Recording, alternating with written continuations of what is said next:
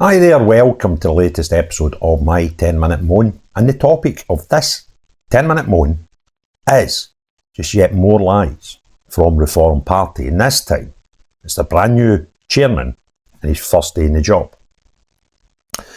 Now, those who follow me on Twitter will have possibly seen yesterday, I put out some tweets about the new chairman of Reform. And how stunned I was to see that his first live interview with ITV, he claimed that the UK was basically built on immigration. He made some outrageous statements. And I was like gobsmacked with this. And then last night, I was going down to the kids' football and put the radio on. I was listening to GB News on my radio. And you could tell that he was put on there to try and extinguish the sort of noise from what he said earlier. And on that interview, it was a bit of a car crash, to be honest with you. He tried to justify it, that he didn't say that, or he didn't mean that. What he meant was, we need controlled immigration. And I thought, well, that's quite a strange thing, because that's not what you were talking about. He was asked a question by ITV about burqas and should we ban the burqas. And the first thing he said was that, basically the UK was built with immigrants and all that sort of stuff. So that's if that's what you wanted to say, it'd been quite easy to say that planned legal immigration is a good thing. You didn't. That's not what you said at all. So I thought the GB News one was a bit weird, right? But what's happened since then on Times Radio, is you've actually went a step further. And you've made a really ridiculous claim that when you break down what you're claiming, makes no sense whatsoever. So I'm just going to play the clip. Now, this clip's been pieced together by Basil, the guy on Twitter that I have had as a guest on the lives twice. And he's put together the Times Radio interview, where he's made some really ridiculous claims, and the ITV clip. So you can, for your own eyes, your own ears, listen to this man, what he said, and what he's claiming 24 hours later, because he realises that there's been a bit of a backlash about what he said. So here's the clip that Basil's put together on YouTube, and it uses sources, the Times Radio audio, and it sources ITV's video of two events, two interviews given 24 hours apart. You say it's out of control, so far this year. But you said it is. You've also said it was the lifeblood of this country. It always has been. No, controlled immigration, and I've been misquoted on that. Controlled immigration, and so I think that the key for me about this is it's about integrating into this country. Immigration is the lifeblood of this country. It always has been. But so there's no confusion over what he said on his ITV interview, and that was the immigration, is the lifeblood. Excuse me. So there's no confusion that what he's saying there. He said on the ITV video that immigration is the lifeblood of the UK and always has been. Right? No mention about illegal immigration, controlled immigration. Excuse me. No mention about that whatsoever. Quite clearly said, immigration's been a lifeblood and always has been. Now, to then say, oh, no, what I meant was controlled immigration. That's possible. However, to claim that you've been misquoted is a ridiculous claim, because the only way you can be misquoted is, let's say, if someone heard your interview, put in print other words and said, the chairman of Reform said this. That's misquoting you. You can't be misquoted when it's your own words. The video's there. It was your words. You've said it, not the journalist. That's what misquoted means. So if I said, I want immigration levels in the UK to be lower, and I think illegal immigration is a problem, that's my words. For me to be misquoted, you could say, Craig Houston wants no immigration and he hates foreigners. That's misquoting you. So that's only possible when a third party does it.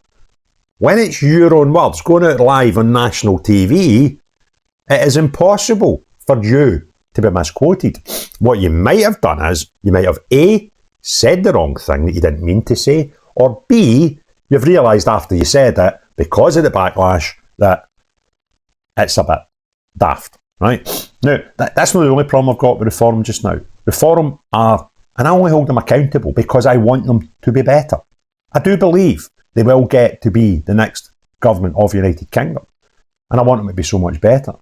And they've probably got the best chance out of any parties to be the next government of the United Kingdom. And will they be better than Labour?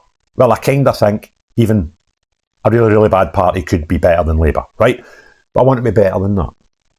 And what they're doing in Scotland is absolutely bonkers. It's worrying because they had a spokesman stand up at, this is Reform Scotland, at a unionist gathering on Sunday in Scotland.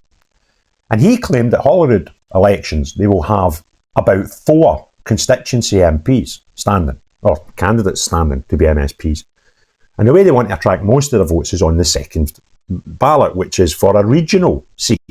Staying up to date with events around the world can be difficult, where it's impossible to consult a single source for the full story. Narratives that shape public opinion often just reinforce media and corporate-backed vested interests. It's hard to know what information to trust. See what the media is exaggerating, sensationalising, over or under reporting. That's why I've been using Ground News. Ground News is an app and website that combines news from around the world in one place so you can compare coverage. For every news source, you can see if it has any political bias, how reliable the reporting is, and who owns them. They even have a blind spot feed that highlights news disproportionately covered by one side of the political spectrum.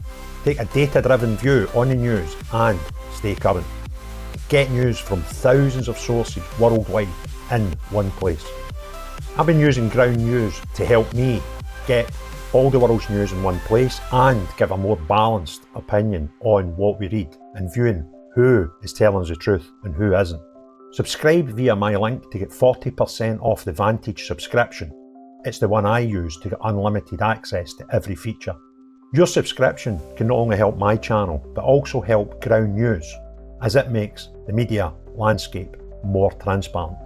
Right? Now, it's a pretty complex, daft way to do it in Scotland, but you get 2 votes, right? All you need to know from that is they will not win the Holyrood election by only standing on the list and about 4 constituency seats. It's impossible to win the election on that basis. What's probably going to happen is Scottish Parliament will be a hung Parliament come May next year. In that case, people need to do deals.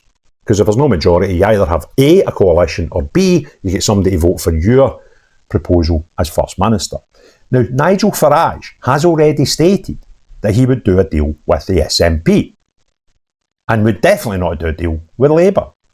So I think it's probable that the 3 biggest parties in Holyrood, when the results are counted, will be SNP, Labour and Reform.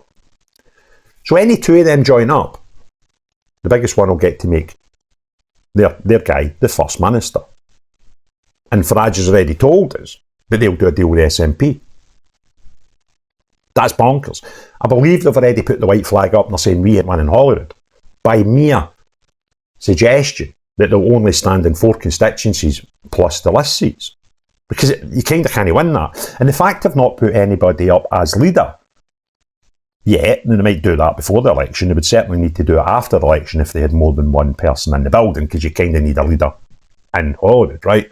But the fact that they've not even suggested who the leader's going to be in the run-up to that election, because if they were to win the election, then that person would be the First Minister. The fact they've not done that kind of suggests to me that they've decided they're no winning Holyrood right now, and the likelihood is it'll be a hung Parliament, and Nigel Farage has already said they would do a deal with SNP but not Labour. So if they wouldn't support Labour, if Labour were let's say Labour had the most seats but not a majority, the SNP had slightly less seats but the backing of Reform, then the SNP get to be put together the First Minister and become the government. And then, they would be a minority government unless it was a coalition, which I kind of don't think it would be that daft. But that's where we are. And they're still hiding behind the Union Jack with the perception that these people are unionists. They're neither unionists nor clever nor truth tellers. And I want them to be so much better. So, if you enjoyed the video, give it a thumbs up, put the comments below, and share it. Hit share. If you've not already done so, please subscribe and hit the notifications bell. And that way YouTube will tell you when I've got a new video out.